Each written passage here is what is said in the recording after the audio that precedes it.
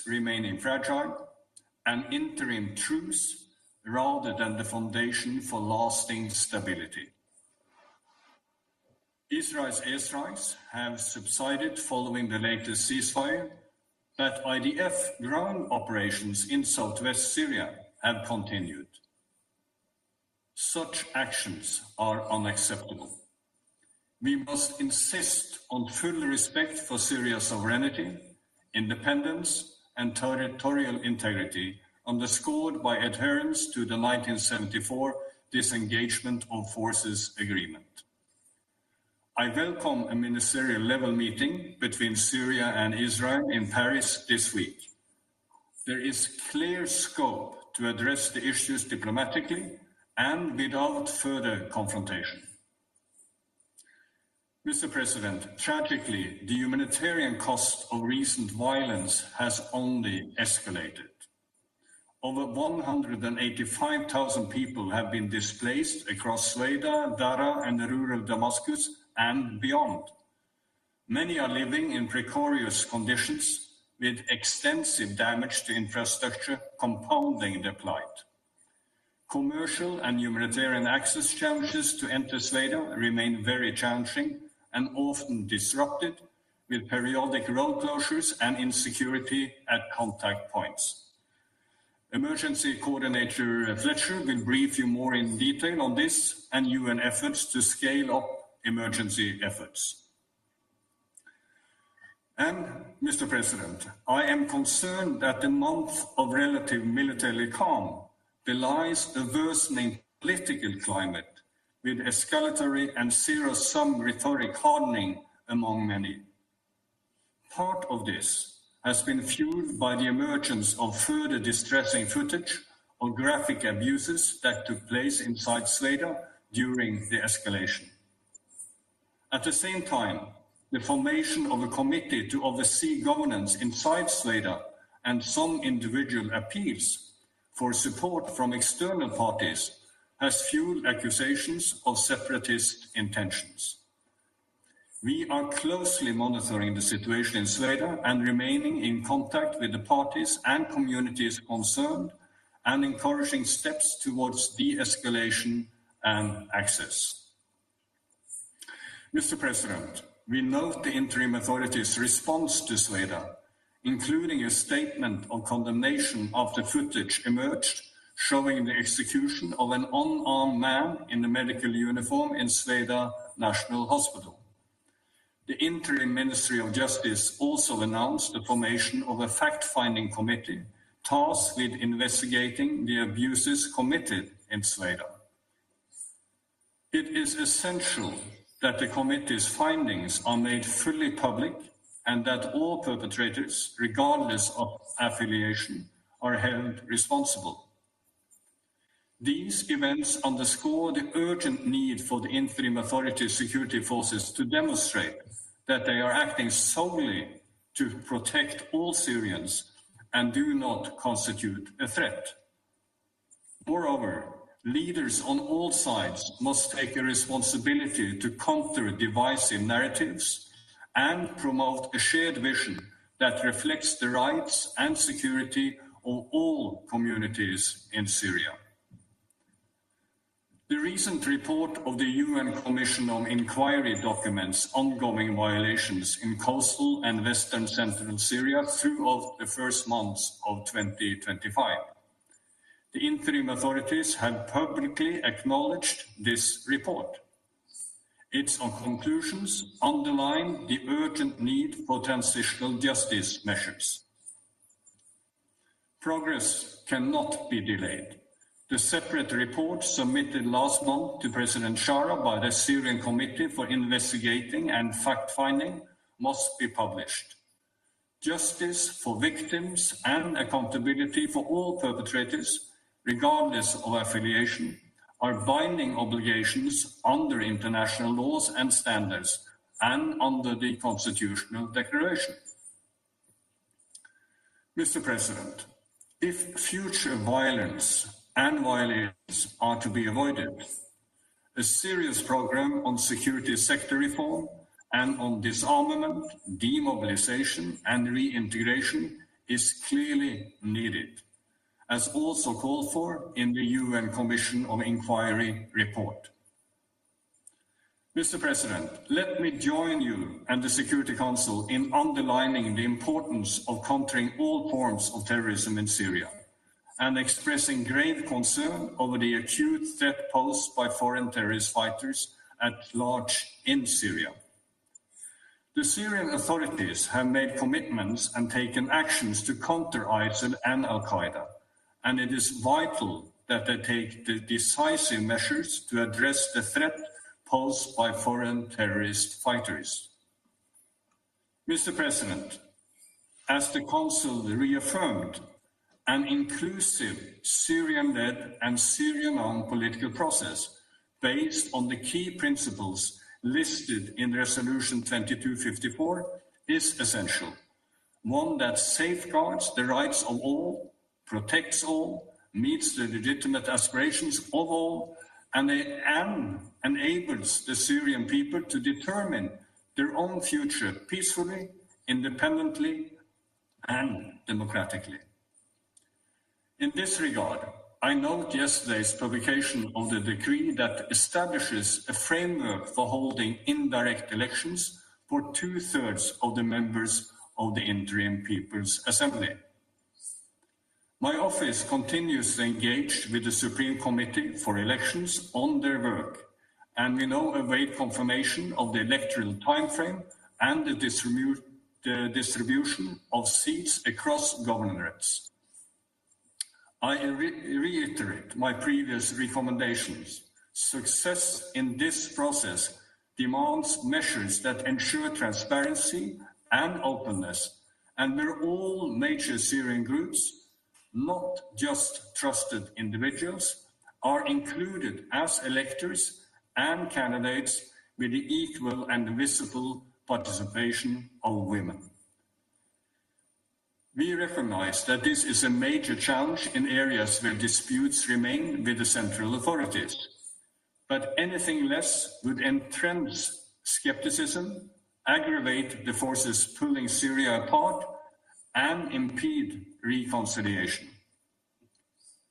Moreover, Mr. President, Syria needs to feel that this transition is not a series of ad hoc arrangements and isolated institutions, but a clear and comprehensive path based on inclusion and transparency to implement the principles of Resolution 2254, culminating in a new constitution drafted through popular consensus and resulting in free and fair elections. I hope that the interim authorities can respond to the gravity of the challenge with a clear vision for a path forward, taking bold moves and course recorrections where necessary. As part of this, I urge comprehensive and institutionalized engagement with all communities and leaders, including those critical of the interim authorities, in the spirit of real compromise. Equally, I remind the leadership of other Syrian constituencies and communities of their responsibility to show that they want to be part of united Syria and are willing to engage in action and not just in word, in a peaceful transition that restores Syria's sovereignty, unity, independence, and territorial integrity. Mr. President, let me here say a word on the Northeast, where efforts continue to implement the 10th March agreement. Attempts to convene the two sides outside of Syria continued, but were not successful so far. We have also seen concerning spikes of violence between interim security forces and the SDF during August in Aleppo Governorate. We do welcome reported further contacts between interim authority officials and SDF representatives. I hope that such contacts can be cemented into real compromise, and we are continuing to engage both sides on the importance of this and the need for urgent substantive progress on the agreed goal of implementing the 10th March agreement before the end of the year. Mr. President, My office continues to hold regular consultations through the Civil Society Support Room with a broad range of Syrian civil society organizations active in strengthening community dialogue, social cohesion, and service delivery in all parts of Syria. I encourage the interim authorities to create an enabling environment for civil society initiatives and dialogue, which are essential for promoting inclusion, transparency, and legitimacy in the transitional process. Mr. President, my office also hears from Syrian women who continue to stress the necessity of women's meaningful political participation. But we also learn from these women the fears associated with their political participation and engagement, including concerns stemming from threats to personal security and social pressure to refrain from political engagement. Mr. President, as we look toward the voluntarily safe and dignified return of refugees and IDPs to their homes, let me stress the need for sustained and coordinated support for Syria's reconstruction and the rehabilitation of its infrastructure. The damage to physical assets, social systems, and livelihoods remains profound. Syria needs tangible international support of an epic scale. Recent decisions to lift certain sanctions represent a significant step in this regard. But these measures must be sustained and broadened, accompanied by substantial funding to reinforce their impact for recovery and reconstruction. And Mr. President, it remains the case that the best way to secure such support is through a genuine political transition that lays the path for long-term stability and sustainable governance. Indeed, without credible reforms, stronger institutions, and a firm commitment to the rule of law, international support risks being squandered or misdirected. To conclude, Mr. President, despite worrying security incidents, the situation has been relatively calmer this month, and I applaud the efforts of all involved in quelling military hostilities. But the country remains deeply fragile, and the transition remains on a knife edge. Across the range of issues in the political transition, including the People's Assembly, the constitutional issues, security sector reform and disarmament, demobilization and reintegration, transitional justice, and the peaceful integration of all parts of Syria and the restoration of Syria's sovereignty and unity, the United Nations is working to support a credible, inclusive and transparent process, working with the Syrian authorities and all Syrians. The path to a sovereign, peaceful and inclusive Syria will demand the courage to compromise, the discipline to follow the rule of law, and the wisdom to remember, as interim President Shara himself said this week, that unity is built not through force and bloodshed, but through understanding and dialogue. Thank you, Mr. President. Agradezco al señor Peterson la información que nos ha proporcionado. Doy ahora la palabra al señor Tom Fletcher. Tiene la palabra. Thank you, Mr. President. Special Envoy Pedersen has conveyed the precarity of the moment, and I want to reinforce that message and add 4 points. First, as the situation in Asweda reminds us, the humanitarian crisis is not over. Across Syria, 16 million Syrians still need humanitarian support. While, as you heard, the ceasefire in Asweda has largely held, sporadic clashes continue. Alarming reports of abuses during the earlier fighting continue to emerge. More than 185,000 people have been displaced across Asweda, Dara, rural Damascus, and beyond. This week, our teams have visited Asweda city, Salkad towns, and the western countryside of the governorate. They delivered aid and assessed needs. The overall situation is, I'm afraid, dire. We need to sustain urgent delivery of food, health, shelter, clean water, fuel, restoration of water and electricity infrastructure, education. In some areas, those arriving now outnumber the existing population. Services are overwhelmed. We're in close contact with the Syrian authorities and coordinating with the Syrian Arab Red Crescent, who have delivered 12 convoys of essential aid, and NGO partners. We have provided emergency food packages, flour, essential household items to tens of thousands of people, including displaced families. Medical kits are reaching key hospitals in Asweda and Dara, while medical teams are providing health and nutrition services. And UNICEF is working with partners to provide bottled water, water trucking, and fuel for water pumping. The Syrian Arab Red Crescent has also facilitated a commercial convoy with key supplies and worked with the Syrian Civil Defense to transport vulnerable people, including those who wish to return to Asweda. But insecurity and road closures have disrupted commercial supply. Road access is still limited to 2 routes in, through Basra al-Sham and Bursa al-Harir in Dara. Other routes, including the main highway from Damascus, remain closed. So, we need better humanitarian and commercial access, and most of all, we need safety.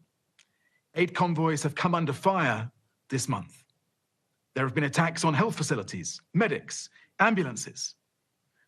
We continue working closely with the Syrian authorities and partners to strengthen channels for help.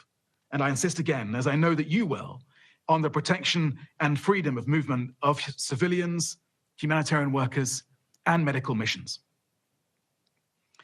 Mr. President, my second point. Despite funding and security challenges, the UN and partners are delivering as much life-saving support as we can with the resources we have. In Syria, as elsewhere, as we implement the humanitarian reset, we are now implementing a hyper-prioritized plan, and we've restructured and streamlined our humanitarian coordination effort in country, including reducing senior roles. We are reaching almost 3.5 million people on average every month across Syria, from Latakia to Aleppo to Hasakeh. That is a noticeable increase from last year, despite less funding. Since December last year, we've scaled up across the humanitarian response. Nutrition for children under 5 who are stunted, subsidized bread to 2 million people every day. We're working with the authorities to rebuild critical services. The Ministry of Health with WHO and UNICEF are delivering a new national immunization strategy and rehabilitating hospitals and health facilities. Partners are rebuilding water stations, wells, laboratories, sewer networks. They continue to provide essential services in Al-Hol camp and to support families leaving the camp. And UNHCR has been in discussions on assuming camp management activities. OCHA's country-based pool funds are now providing $75 million to support vulnerable people across the country. We've made some progress on NGO registration and visas for aid workers, but more is needed. I have agreed with the interim authorities the extension of cross-border operations from Turkey as we move towards importing more humanitarian supplies commercially. The Lebanese and Jordanian crossings are open and functioning well, with work towards 24-hour access. But, and this is of course my third point, without more funding, we won't be able to sustain these vital efforts, let alone expand them to more people who need them. The humanitarian appeal for 2025 is only 14% funded. Aid cuts are projected to lead to staffing cuts of at least 40% across the humanitarian community in Syria, with NGOs hit hardest. 16% of health facilities have suspended or reduced capacity due to the cuts. So, I want to thank all donors who have generously supported the humanitarian response, led at the moment by the EU, Germany, and Canada. And I want to call on all donors to keep supporting Syria and to disperse the generous pledges made at the Brussels conference back in March. Funding cuts are affecting our operations everywhere, of course. But among our 10 largest country appeals, it is the Syria appeal that's the lowest figure. And this is despite these hyper-prioritized plans having reduced the overall ask by nearly $1 billion compared to last year. With more resources, or even the funding that has been repeatedly promised, we can get critical medicine to 1 million more people each month. We can restore water services for an additional 5 million people. We can expand services for people returning to their home areas. We have also worked with partners and in consultation with the interim government to develop a plan to respond to the severe drought-like conditions that Syria is facing. As part of our broader appeal for critical support for food, agriculture, clean water, and health services to 4.3 million people who are most affected. This is, I'm afraid, the worst drought in over 3 decades and an ominous indicator of needs to come. Alongside funding, we also welcome the easing of sanctions by the US, EU, and UK, which opens up potential for vital investment and could reduce humanitarian needs. But the impact of that will take time. Complex legal environment that still continues for humanitarians continues to impede our work. Humanitarian carve-outs help, so I hope that we can extend those exemptions. Finally, Mr. President, while we surge humanitarian support, we need investment in longer-term support for development and reconstruction that will allow the people of Syria to reduce and ultimately end reliance on humanitarian aid. So I also strongly welcome the diplomatic progress made by Jordan, Turkey, the United States, France, countries from the region, and the Syrian authorities. This is a firm foundation for a much-needed shift from a humanitarian-led approach to a stronger development trajectory. The Syrian people do not want to depend on humanitarian help. So announcements of new investments in infrastructure and energy supply are encouraging, not just in their own right, but also as a signal of confidence from the region and beyond. The international community must help translate this momentum into tangible improvements in people's lives by delivering on those planned projects, by taking additional concrete steps on sanction relief and investing in infrastructure.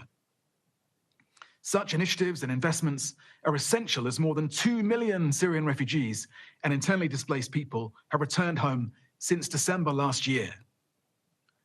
Let me amplify again the call from my colleague Filippo Grandi, High Commissioner for Refugees, following his mission to Syria 2 months ago, where he asked for more support for those coming back. As he said, returns will prove short-lived without increased international support. Mr. President, the international community and this Council has been clear that we must shift the momentum away from the years of hardship and destruction towards recovery and hope.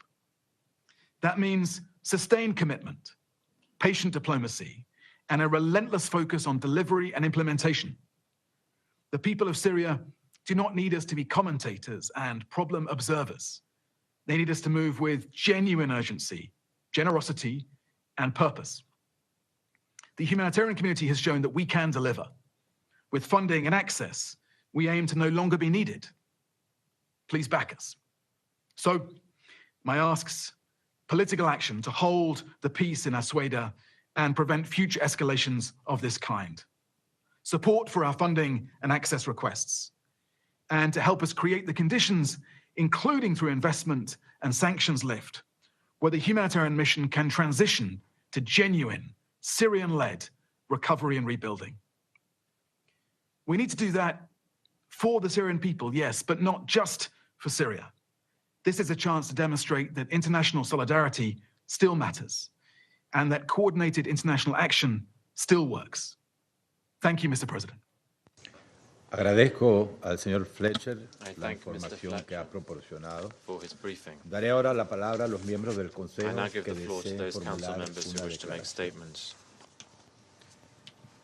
Doy la palabra a la delegación de Estados Unidos. To the representative of the United States. Thank you, Mr. President. And thank you, Special Envoy Pedersen and Undersecretary General Fletcher, for your briefings. And I welcome the representative of the Syrian government accountable. In that regard, we note the disturbing findings of the UN Syria accountable. In that regard, we note the disturbing findings of the UN Syria Commission of Inquiry's latest report on violence against civilians since January, and we express our appreciation for the work of the commissioners. We welcome the Syrian government's actions to conduct comprehensive investigations and hold accountable all perpetrators of the recent violence, as well as its steps to increase the flow of aid, restore public services, and return displaced persons to their homes. We also welcome the Syrian government's pledge to fully cooperate with the UN to investigate crimes and to coordinate with the relevant UN agencies to support the flow of vital humanitarian aid. A united, representative Syria requires a consistent, transparent, and credible justice system. It is now on the Syrian government to take steps to arrest, detain, and pursue measures against those individuals who committed crimes and who are actively contributing to Syria's instability. Colleagues, the United States' support for Syria's sovereignty and territorial unity is unwavering. It is not our role to dictate the shape of Syria's government or constitution, but following the recent tragedies on the coast and in the south, two things should be clear. First, there is absolutely no place for sectarian violence. The Syrian government must act decisively and consistently to protect everyone, no matter their ethnicity or religion. There must be zero tolerance and swift justice for any member of Syria's military that abuses the trust placed in them. Second, every Syrian deserves to have a voice in how their country is governed. The Syrian people fought for more than 13 years, not just to rid themselves of Bashar al-Assad, but also for the right to decide their own fate. The only way Syria will stabilize is if all Syrians have a stake in the country's future and if they collectively share power. That is why we are urging the Syrian government and leaders across the country to engage in meaningful dialogue about their shared future. I thank you. I thank the representative of the United States. I now give the floor to the representative of the Russian Federation. Thank you, Mr. President. We're grateful to Special Envoy on Syria, Geir Pedersen, and USG on Humanitarian Affairs, Thomas Fletcher, for detailed reports on the situation in Syria. We have been following the situation very carefully in friendly Syria, and we truly feel for the Syrian people who have had to undergo so many trials. Our relationship is not based on any political context, but is based on tried and tested traditions of friendship and mutual respect, which was confirmed on the 31st of July with the visit of the foreign minister and minister of expatriates of Syria to Moscow. Unfortunately, the situation in Syria is far from stable. The country continues to confront challenges in almost every sphere, from difficulties in establishing a new system of government to a very complex socio-economic situation and a humanitarian crisis. We are convinced that the most urgent task in overcoming them is unification of the Syrian society and national reconciliation. Based on that, without exaggerating, the future of Syrian statehood will depend. That the statehood remains fragile, especially in the face of ethno-confessional challenges. This has been clearly demonstrated in the recent tragic events in Sueda. In addition to the March massacre of Alawites on the western coast of Syria, this incident raises serious concerns both in terms of the scale of the violence and the number of victims. There are serious issues on the methods of use of force implemented on the ground in reality. reacting to such situations. There are very alarming signals from ethno-confessional minorities in Syria that they continue to not feel secure, and they fear persecution. They are confronting threats of violence and are forced to leave their regions where they reside en masse. For example, in Sueda, 200,000 people were forced to leave. If this situation does not change, it will become a significant constraint on the path towards national reconciliation and reestablishment of the social compact in Syria, and overall could undermine efforts to that end. Colleagues, all cases of violence based on ethno-confessional grounds require thorough and impartial investigation, holding perpetrators accountable. We look forward to the publication of the full report of the results of the Commission of Inquiry established to investigate the many cases of violence in the coastal regions, western coastal regions of Syria, and we hope to discuss them in the Council. We expect that the interim authorities in Syria will also react to the presidential statement of the Council from the 10th of August calling for a reliable, immediate, transparent, impartial and comprehensive investigation of the events in Sueda. This is important to strengthen the authority of the Damascus authorities and trust by the population of Syria. Impartial justice against any criminals and perpetrators, independently of their position and status, should help restore faith of the various ethnic and religious minorities that the new authorities are protecting the interests and security of all Syrians and not specific groups. Unfortunately, the level of terrorist threat remains high in Syria. The terrorist attack on the 22nd of June at the Prophet Elias Antiochian Orthodox Church in the east of Damascus, leading to over 20 fatalities and dozens of wounded, deserves the strongest condemnation. We call the Syrian authorities to step up efforts to combat the terrorist threat and ensure necessary protection of Orthodox and overall Christian shrines, and to bring all those responsible to justice. Mr. President, another very important task in the area of state building facing Damascus is the creation of sustainable state institutions. We note measures undertaken by the interim authorities, including the formation of a new government. However, the experience of the past few months has demonstrated also an acute need to conduct structural reforms of the Syrian army and law enforcement bodies in order to ensure that only professionals that are not stained by killing peaceful citizens and having no links to terrorist groups are included. It's important not to abandon career military people who served the country loyally until December of 2024. Marginalizing them will only further the divide in Syrian society, will create the grounds for revanchism. Using the example of Iraq, we all know that the backbone of the strike forces of ISIS were the officers of Saddam's army who were seeking revenge against those who rejected them.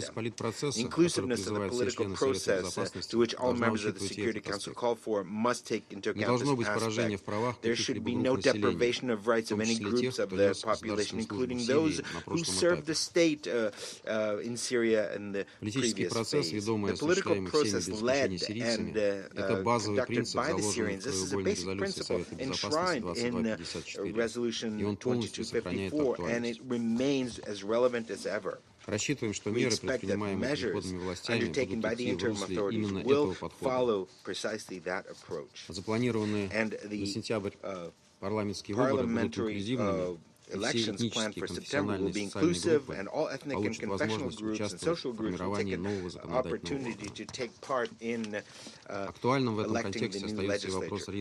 Very important in this context remains the reintegration of Kurds into the single Syrian state and the implementation of the agreements between the central authorities and the Euphrates region. Finally, stabilization in Syria and achieving internal tasks will depend to a large extent on external security. Today, the security continues to be undermined by the occupation by Israel of the Golan Heights, as well as the airstrikes by Israel against Syrian territory. We call on all states to strictly adhere to the provisions of Security Council Resolution 2254 about the respect for sovereignty, independence, unity, and territorial integrity of Syria, and all sides to adhere to the disengagement of forces on the Golan Heights Agreement of 1964. The Security Council confirmed the principles of this in the aforementioned presidential statement and called on all states to refrain from internal affairs and the affairs of Syria. We hope that this appeal will be heeded.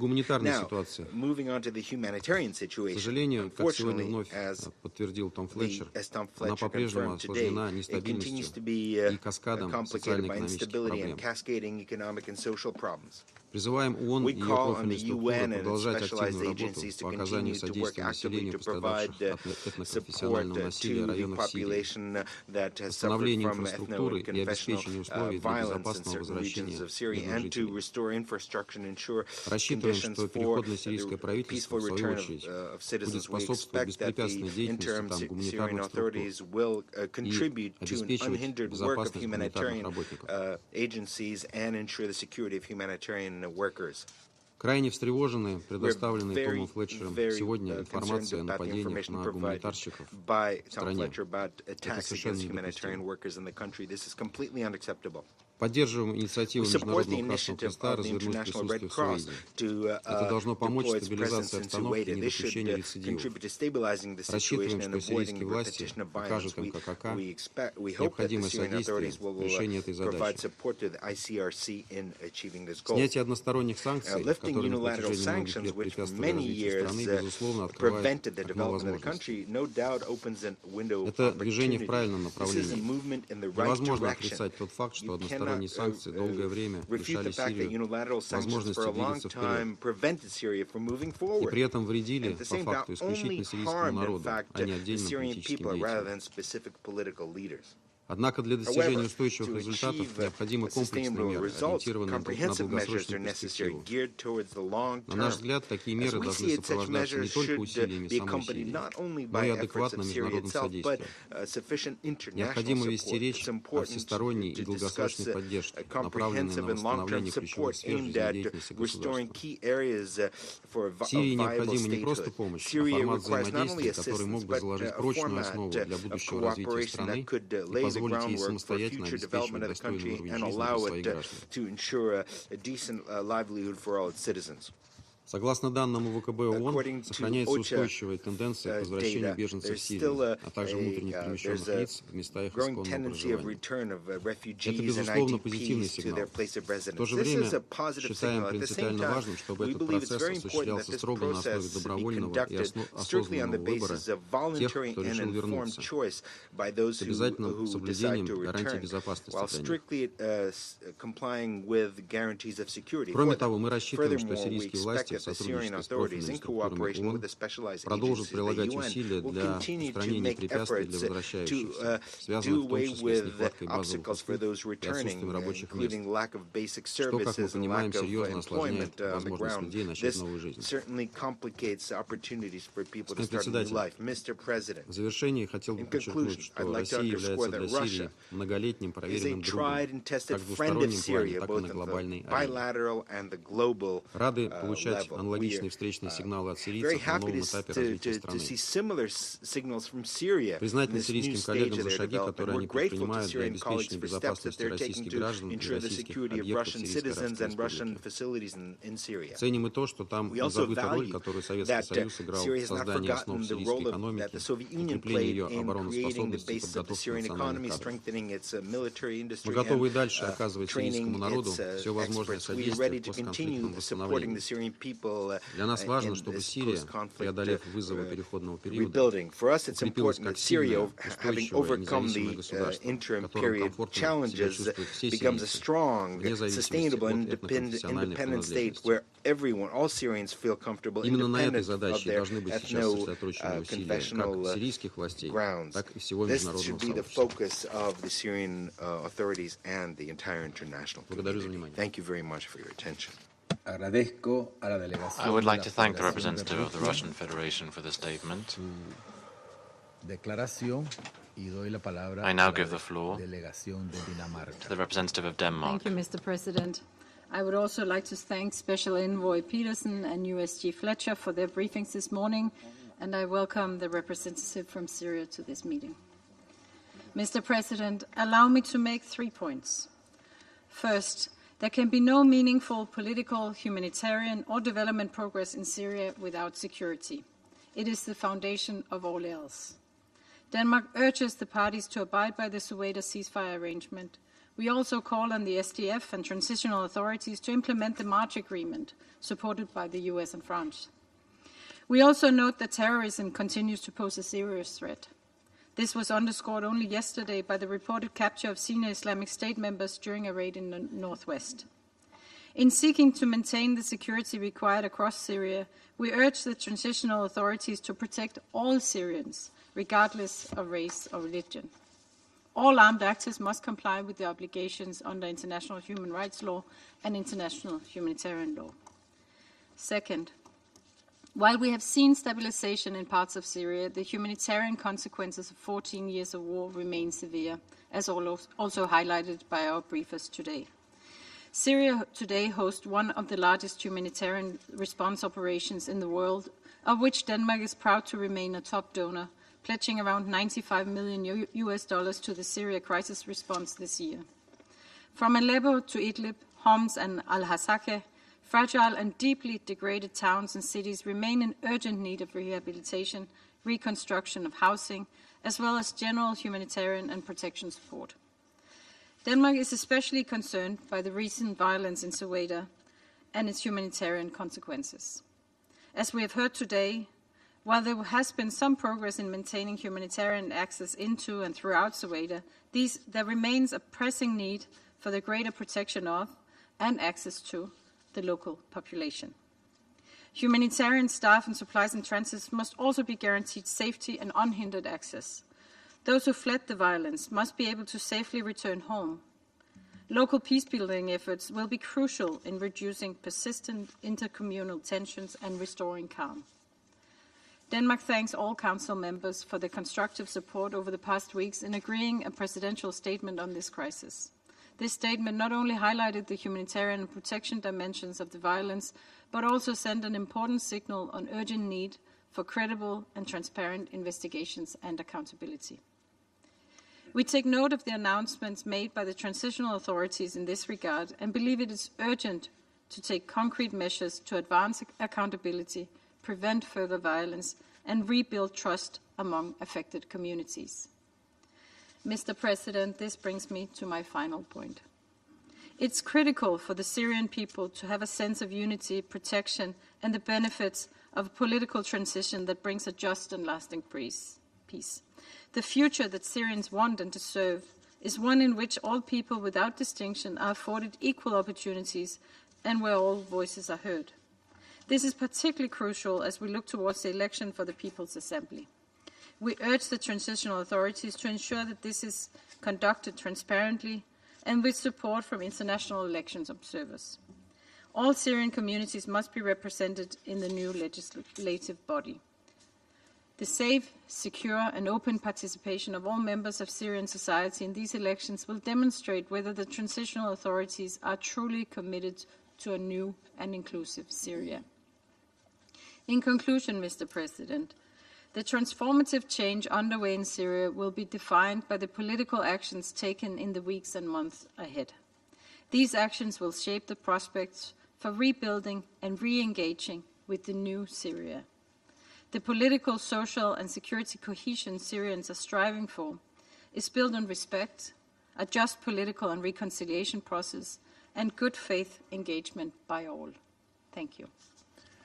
I thank the representative of Denmark for the statement. I now give the floor to the representative of Greece. Thank you, Mr. President. I would also like to thank Special Envoy Pedersen as well as USG Fletcher for the detailed briefings, and I welcome the presence of the representative of Syria to this meeting. Mr. President, I wish to highlight the 3 following points today. First, Syria's volatile security landscape requires urgent action. The Council's presidential statement of August 10 strongly condemned the horrific violence in Sueda, including mass killings and the displacement of more than 185,000 people. The escalation of local sectarian clashes was followed by disturbing reports of serious violations, including by security forces affiliated to the interim authorities against Druze civilians. We were appalled by the shocking footage of medical staff being forced to kneel by armed men in military uniform inside the hospital in Sueda, with one reportedly executed. Following the fragile ceasefire and the announced withdrawal of security forces, we take note of the interim presidency's condemnation of abuses and its pledge of accountability. We expect this process to be credible, swift, transparent, impartial, and effective. Yet, the overall security situation remains precarious. The terrorist threat persists, with sporadic bombings, including the recent attack on the Mar Elias Orthodox Church in Damascus, and earlier sectarian violence along the Syrian coast. We understand that the Committee for Investigation and Fact-Finding into those events has submitted its report to the Syrian presidency. We expect its contents to be shared with this Council or made public to ensure justice for victims and accountability for perpetrators, irrespective of affiliation and in line with international laws and standards. We are further alarmed by the findings of the UN Commission of Inquiry of the Human Rights Council, whose August 11 report points to violations amounting to potential war crimes committed by both pro-former government fighters and interim government forces.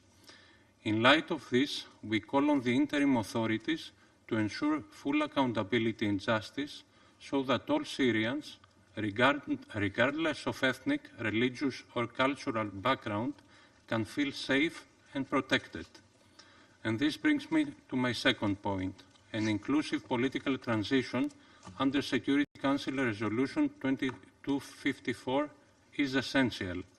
The formation of a People's Assembly is a crucial step in Syria's political transition.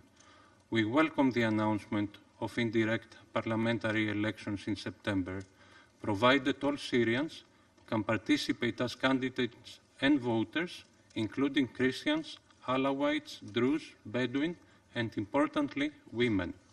The recent sectarian violence has reinforced calls for a more democratic and inclusive Syria.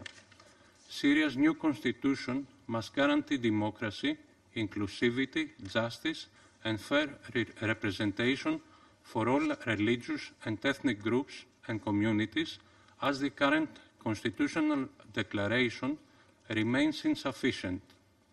The September elections will be an important test in this regard, so as to enhance internal cohesion and increase international support to the efforts of the transitional government to promote stability and prosperity.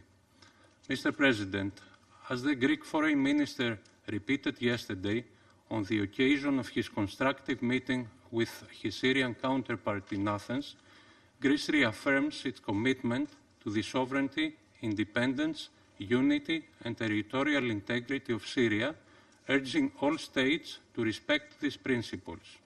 A Syria where Syrians will feel safe.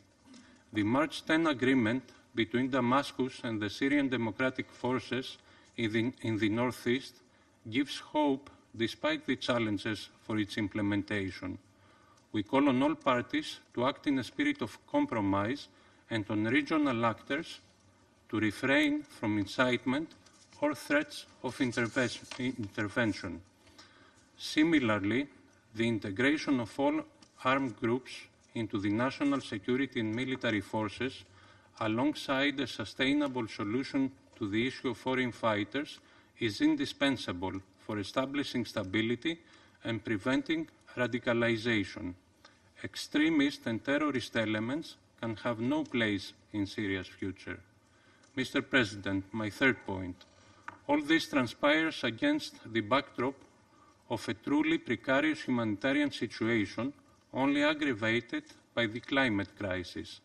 As OCHA and Syrian civil society representatives have noted, 16.5 million Syrians are in need of humanitarian assistance. Food and water insecurity is worsening, aggravated by the most severe drought in 36 years and devastating wildfires. As a fellow Mediterranean country also facing the impacts of climate change, Greece expresses full solidarity with the Syrian people. We stress the need to reinforce the international humanitarian response, and Greece has decided to engage with the interim Syrian authorities to assist Syria with expertise and best practices transfer in building its capacities on civil protection and against natural disasters.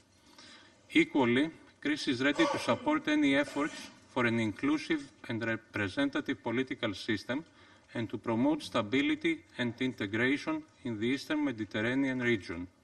In the same spirit, the European Union swiftly lifted sanctions under a gradual, conditional and reversible approach to support Syria. This policy will continue to be guided by progress on accountability, inclusivity and respect for international law, including the international law of the sea. In conclusion, Mr. President, Greece reiterates its support and solidarity with the Syrian people as they strive to turn the page from a dark chapter towards a brighter future. This can only be achieved through a genuinely inclusive political transition with credible accountability and security for all. We will continue to support the UN and the Office of the Special Envoy in their efforts to achieve these goals. I thank you. I thank the representative of Greece for the statement. I now give the floor to the representative of Algeria. Thank you, President. I have the honor to deliver this statement on behalf of the A3+, namely Guyana, Sierra Leone, Somalia, and my own country, Algeria. At the outset, the A3+ extends its sincere appreciation to Special Envoy Geir Pedersen and their Secretary General Tom Fletcher for their briefings. We also appreciate the participation at this debate of His Excellency Qusay al-Dahak, the permanent representative of Syria, and also the participation of representatives of Iran, Qatar, and Turkey. Mr. President, the A3+ remains gravely concerned about the overall situation in Syria, which continues to be marked by fragility and volatility. After more than a decade of conflict, the Syrian people still face violence, insecurity, and humanitarian deprivation on an unbearable scale. We take note with deep concern of the recent report of the Independent International Commission of Inquiry, which documented grave violations against civilians in the coastal region earlier this year. These horrific findings remind us of the urgency of ensuring justice and accountability. Perpetrators of such crimes must not be allowed to act with impunity.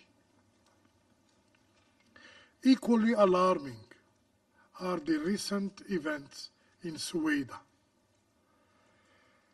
with heavy tolls and more than 192 people displaced.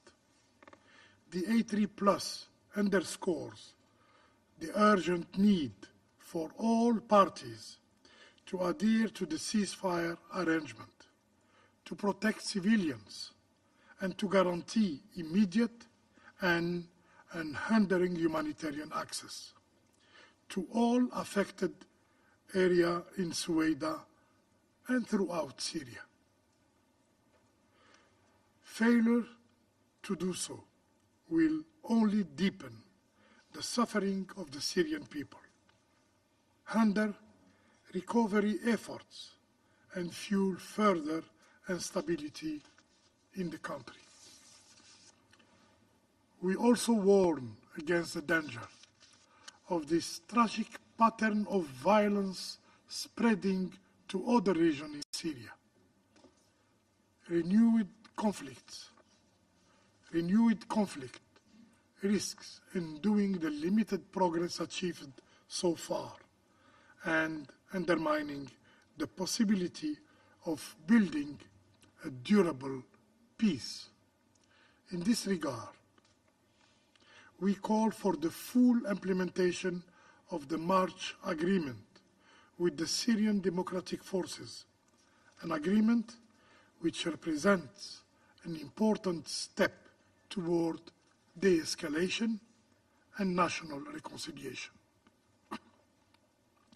Only through dialogue, Syrians can overcome their divergences. In this regard, the upcoming legislative elections represent an important opportunity to advance toward inclusive governance. They must be conducted transparently and fairly to strengthen legitimacy and trust. This legislative election process must allow to the full, equal, and meaningful participation of women and youth. President, we must be clear in rejecting external interference that exacerbates instability in Syria. The A3+ reiterates its strong condemnation of Israel's repeated military action in Syria. Such actions flagrantly violate Syria's sovereignty. The 1974 disengagement agreement, international law, and the UN Charter, ultimately. They only serve to aggravate tensions and further destabilize the region. The A3+ reaffirms its unwavering support for Syria's sovereignty, unity, independence, and territorial integrity. And we reiterate our full support for the efforts of the UN in Special Envoy and for a Syrian-owned, Syrian-led political process as the only sustainable path toward peace. We also stress the critical role of the United Nations in this process. Mr. President, the humanitarian situation in Syria is further exacerbated by the worst drought in decades, with wheat production collapsing by 40%. The A3+ takes note that over 2.3 million Syrians have returned to their area of origin. While encouraging, these returns takes place amid severe gaps, which must be addressed if they are to be sustainable. Today, more than half of the population suffers from food insecurity, and nearly 3 million people are at risk of severe hunger. Yet, the humanitarian response is faltering. Insecurity, logistical barriers, and chronic underfunding severely constrain aid delivery. The 2025 Humanitarian Response Plan, which appeals for $3.2 billion, is only 14% funded. This is an alarming shortfall, and the A3+ calls on all donors to urgently mobilize resources to ensure that life-saving assistance reaches those most in need before the crisis spirals further out of control. Explosive remnants of war and landmines continue to cause injuries and death of many persons, particularly among children. We urge increased support, including funding and capacity building to address mines threat. Mr. President, to conclude, the A3+ firmly believe that the future of Syria must be built on three inseparable pillars: accountability for past crimes, inclusivity in the political process, and respect for sovereignty, unity, independence, and territorial integrity of Syria. I thank you. Agradezco a la delegación de Argelia su declaración. Doy la palabra a la delegación de la República de Corea. Thank you, Mr. President. I also thank Special Envoy Pedersen and USG Fletcher for their briefings.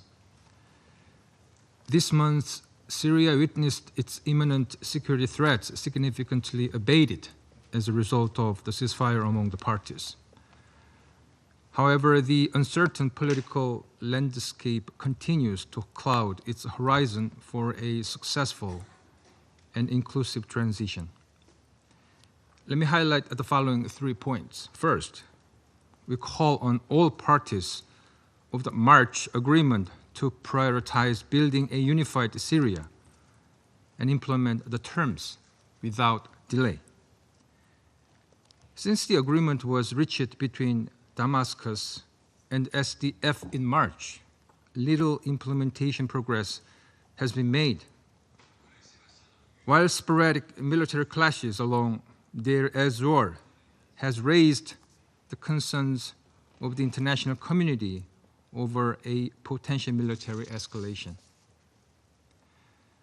The bilateral talks that resumed earlier this month also resulted in few outcomes, dampening the prospect of the agreement being fully implemented by the end of this year, as originally planned. Both Damascus and the international community cannot afford another divided Syria. As shown repeatedly early this year, fragmented Syria is subject to turmoil and even risks illegitimate foreign intervention and occupation. We therefore urge all parties to actively engage with each other to finalize the details in implementing the March Agreement in a prompt manner. Any further delay will jeopardize not only the successful implementation of the general election to be held in September, but also the already fragile domestic security scarred by persistent sectarian violence, which brings to my second point. Second, we urge the transitional government to fully implement the recommendation in COI report regarding the coastal violence. The recently released COI report reveals appalling snapshots of the incidents, finding that the violence featured widespread and systematic attacks against civilians. It is equally disturbing that the violence involved members of certain factions of the security forces of the transitional government, which was not mentioned in the fact-finding committee's announcement of its own finding last month. As pointed out in the report, it is imperative that Damascus prioritize preventing any further recurrence of sectarian violence in its political transition. Sectarian-based atrocity risks repeating itself without a clear picture on how perpetrators will be held accountable. Therefore, we reiterate our call that those responsible entities should be clearly named in the ensuing prosecutions. Third, we urge the international community to increase funding to address the continuing humanitarian crisis in the country. Restoring stability in Syria faces the risks of stagnation as the country grapples with deteriorating humanitarian conditions, marked by the worst drought in decades and the instability in southern Syria. They are also aggravated by a severe and continued funding shortfall, which hit only 13% of the humanitarian response's priorities this year. We hope the international community will step up its support, building on international efforts already underway, including our contributions of $35 million this year, focusing on early recovery and resilience of the conflict-affected populations. I thank you, Mr. President. Agradezco a la República de Corea I thank the Republic of Korea for your statement, and I now give the floor to Slovenia. Thank you, President. And thank you, Special Envoy Peterson and USG Fletcher, for your briefings.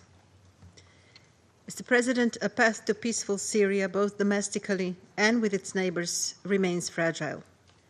At home, we reiterate the importance of an inclusive, transparent, and credible political transition towards democratic, strong, and reliable state institutions. We underscore the need to advance efforts aiming at promoting stability, achieving transitional justice, and foster genuine national reconciliation. In international relations, we hope Syria will continue to build peaceful relations with its neighbors and the wider region. We encourage the interim authorities to uphold these principles throughout the process. Today, I wish to make the following points. First and foremost, we urgently call for an immediate end to violence across Syria. Reports of crimes, including executions, arbitrary killings, kidnappings, looting, and the destruction of property, are deeply alarming. Of particular concern are reports of abductions, trafficking, and sexual exploitation of women and girls, especially those from Druze and Alawite communities. We are also deeply troubled by emerging patterns of the abuse of women, including abuses perpetrated by armed combatants. This must stop immediately. Syrian interim authorities must assert full control over the security forces and ensure accountability for all perpetrators, regardless of affiliation or rank, in line with international law, standards, and the Constitutional Declaration. Syrians need to see that the state and its security forces exist solely to protect and serve them. In this context, the security sector reform must advance in parallel with tangible measures that guarantee the protection and safety of all civilians. This is essential to restoring trust, ensuring security, promoting the rule of law, and fostering national unity. Second, the recent violence outbreaks underscore the critical importance of building a future for Syria that is truly inclusive, as lasting peace and security depend on a genuine inclusion. We urge the Syrian interim authorities to make this a priority in the political transition. Every Syrian deserves a voice in shaping its country's future. The establishment of People's Assembly as the interim legislative is a key opportunity to build a stable political system based on pluralism and accountability. For the transition to succeed, the commitments in the constitutional declaration must be fully respected. Equally important is the full inclusion of all major Syrian groups as voters and candidates, with women's full, equal, safe and meaningful participation playing a fundamental role. Ensuring meaningful inclusion, especially in conflict-affected areas, remains a significant challenge and must be addressed as a priority. Third, the humanitarian situation in Syria remains very serious. We urgently call for full, regular and unrestricted access for all aid organizations to help those in need. The international community must support the Syrian people in addressing their urgent needs in rebuilding their country. The United Nations, especially Envoy Pedersen, has a vital role in this effort and in advancing an inclusive political process in line with the principles of the Resolution 2254. Let me end the statement by reaffirming our support for Syria's sovereignty, unity and territorial integrity, and call on Israel to respect the demilitarized zone and the 1974 disengagement agreement. Mr. President, we are ready to work with Syria, with this Council and the wider international community in support of a more peaceful, prosperous and stable future, one that the Syrian people rightfully deserve. I thank you. Agradezco a la delegación de Eslovenia su declaración. Doy la palabra a la delegación de Pakistán. The next speaker is Pakistan. Thank you, Mr. President. We thank Special Envoy Geir Pedersen and Undersecretary General Tom Fletcher for their briefings. Their updates highlight the immense challenges that Syria faces today after more than a decade of conflict. We welcome the presence of the representatives of Syria, Iran, Turkey, and Qatar. Mr. President, we recognize the efforts of the Syrian authorities and people in pursuing dialogue, national cooperation, and regional outreach, which, though fragile, represent an important step towards peace and recovery. These developments, together with the prospect of elections later this year, offer a ray of hope to a nation that has endured immense suffering. This progress, however, remains fragile, challenged by ongoing clashes, external interference, and a worsening humanitarian crisis. The foremost priority must be to alleviate the suffering of the Syrian people. Over 16 million Syrians remain in need of humanitarian assistance. Children continue to face hunger and malnutrition on a staggering scale. Access to safe water, healthcare, and education is collapsing. Despite these dire needs, humanitarian appeals remain underfunded. Urgent action is required to ensure adequate resources for the UN's response plan to meet the humanitarian needs. Taking heed of USG Fletcher's call, the international community must also move beyond humanitarian action towards supporting Syria's sustainable development. At the same time, the political track remains indispensable. We welcome the progress vis-à-vis political transition, including the commitment to hold parliamentary elections in September. The credibility of this process will depend on inclusivity. All political and social groups must have a genuine stake if the process is to reflect the aspirations of the Syrian people. The principles under Resolution 2254 must be adhered to. The situation in Soweida, the western coast, and the northeast is a matter of concern. Any attempts to manipulate or patronize local communities risk deepening divisions and constitute unwarranted external interference. We condemn all violence against civilians and tragic loss of lives and call for accountability of those responsible. What Syria requires is genuine political support and international assistance in this complex environment, rather than the creation of new fault lines or foreign intervention. Mr. President, on the security front, the threat of terrorism persists. the presence of foreign terrorist fighters, such as from ETIM, and groups known to have terrorist affiliation, including Daesh, continue to pose a threat to security of Syria and the region. According to the latest report of the Secretary General on threat posed by Daesh to international peace and security, the situation in Syria remains fragile. Since the fall of the previous government, Daesh has been intent on destabilizing the interim authorities and exploiting existing vulnerabilities. Daesh members seized stockpiles of heavy weaponry, and over 500 detainees affiliated with Daesh were released from detention facilities. A comprehensive counter-terrorism strategy centered on prevention, disarmament, rehabilitation, and reintegration is essential to secure long-term stability. Mr. President, we strongly condemn the repeated Israeli violations of Syria's sovereignty, including in Sowaida, Daraa, Damascus, and the occupied Syrian Golan. These acts are blatant violations of international law, the UN Charter, and Security Council resolutions, threatening regional peace as well as obstructing Syria's path to recovery. Security Council resolutions, including 350, 497, and the 1974 disengagement agreement, must be fully respected. Syria's road to peace and stability demands sustained international solidarity, respect for its sovereignty, unity, and territorial integrity, and tangible support to address humanitarian and economic challenges. Pakistan stands in full solidarity with the Syrian people.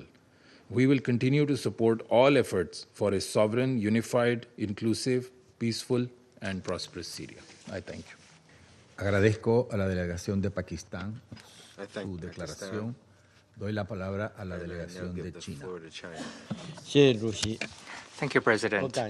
I thank Special Envoy Patterson and USG Fletcher for their briefings. I welcome the presence of the representatives of Syria, Iran, Turkey, and Qatar at today's meeting. At present, the situation in Syria is still at a critical stage. Helping Syria to achieve a smooth political transition and a return to peace and stability at an early date is a common expectation of the international community and should be the goal of joint efforts by all parties. I would like to make the following points. First, China supports the Syrian interim authorities in continuing to engage in extensive dialogue and communication with all parties concerned in accordance with the principles set out in Council Resolution 2254 in order to promote an inclusive political transition process. We note that the Syrian interim authorities have enacted a decree on the interim People's Assembly elections and are expected to complete parliamentary elections by mid-September. China supports Special Envoy Patterson in playing his role in the political transition process in Syria. Second, the security situation in Syria is still fragile, with armed conflicts occurring from time to time. Just recently, recurring large-scale violence happened on the western coast of Syria and in Sowaida. A large number of innocent civilians were tragically abused and killed, which is saddening. It is the responsibility of the Syrian interim authorities to protect the legitimate rights and interests of all Syrians. Investigation reports on the violence in the Western Coast areas should be made public at an early date, and there should be investigation and accountability of the violent incidents in Sowaida in a transparent, credible, and responsible manner. All parties in Syria should work in the same direction to jointly maintain stability and avoid triggering a new conflict. Third, terrorist forces are increasingly active within Syria, which is worrying. There are reports that indicate that foreign terrorist fighters were major perpetrators of the violent incidents on the Western Coast in March and in Sowaida in July. Continued condoning of terrorists will only bring greater harm to Syria and other countries in the region. We urge the Syrian interim authorities to take strong measures to resolutely counter all Council-listed terrorist organizations, including the ETIM, also known as Turkestan Islamic Party.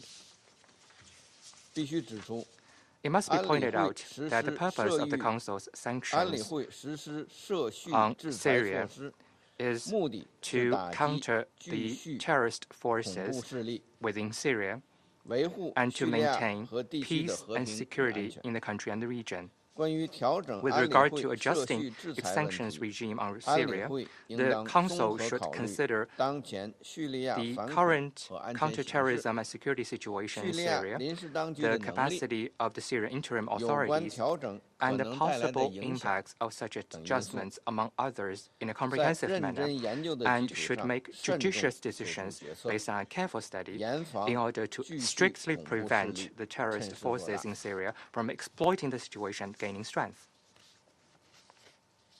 Fourth, UN humanitarian agencies have made great efforts to alleviate the humanitarian crisis in Syria, in particular by overcoming difficulties and actively coordinating the delivery of humanitarian supplies into Soweto. China calls on the international community to increase its humanitarian assistance to Syria and help the Syrian people to tide over these difficult times. China is concerned about reports of attacks on humanitarian convoys in Daraa Governorate. The safety and security of humanitarian workers should be guaranteed under all circumstances. Lastly, I would like to reiterate that the sovereignty, security, and territorial integrity of Syria should be fully respected. This is a principle that must be upheld in dealing with the Syrian issue. The Israeli occupation of the Golan is completely null and void. Unauthorized foreign troops should not be stationed in the area of separation. The discharging of UNDOF's duties in accordance with its mandate given by the Council should be guaranteed. Thank you, President. Agradezco a la delegación de China su declaración. Doy la palabra a la delegación del Reino Unido. Thank you, President. I thank Special Envoy Pedersen and Under-Secretary General Fletcher for briefing us today. I welcome the participation of the Permanent Representative of Syria and other countries from the region. I will make 3 points. First, as we mark this week World Humanitarian Day, I wanted to pay tribute to the tireless work of humanitarian actors to deliver assistance to those who need it most in Syria. As we heard from USG Fletcher, humanitarian needs in Syria remain immense, exacerbated by outbreaks of violence as well as natural disasters. In southern Syria, though we welcome the ceasefire, we remain concerned by the continued difficulty of humanitarian and commercial access to the region. Access is vital to ensure aid can reach those who desperately need it. We welcome those who are scaling up their response.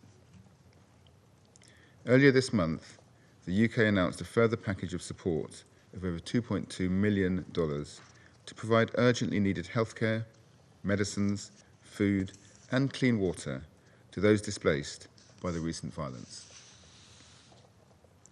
Second, we welcome the release of the UN's Independent Commission of Inquiry report on the events in the coastal region in March. We recognise the access granted to the Commission by the Syrian government, and we urge the Syrian government to move swiftly to implement the recommendations of this report, pursue accountability for those responsible, regardless of affiliation, and to continue to prioritise justice for all Syrians, including those impacted by violence last month.